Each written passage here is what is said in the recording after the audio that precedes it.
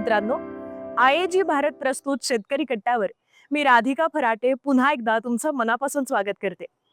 फळबाग विशेष या सिरीज मधला आजचा आपला शेवटचा भाग. आपण छाटणीविषयी ऐकलं, रोगांचं व्यवस्थापन कसं करायचं हे ऐकलं. आजच्या भागात आपण ऐकणार आहोत फळबागांत खतं आणि पाणी यांचं संतुलित नियोजन.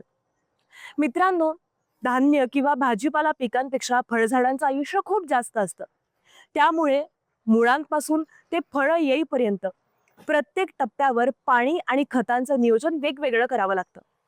उदाहरणार्थ, संत्री, डाळिंब, आंबा यांना फुलोऱ्याच्या आधी पाणी थोडं कमी दिलं तर जास्त फुलधारणा होते. मात्र द्राक्षामध्ये फुलधारणेच्या वेळी योग्य प्रमाणात पाणी द्यावं लागतं, नाहीतर गळती होण्याची शक्यता असते.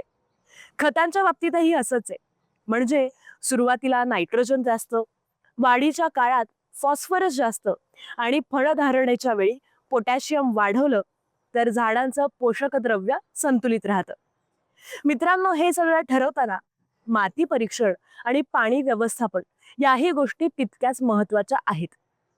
म्हणजेच काय तर फळबागांत जास्त किंवा कमी यापेक्षाही योग्य वेळेत योग्य प्रमाण हे जास्त महत्वाचं आहे. आणि हेच तुमच्या फळबागांमधल्या झाडांच्या आयुष्याचं, दीर्घकाळ आयुष्याचं खरं गुपित आहे.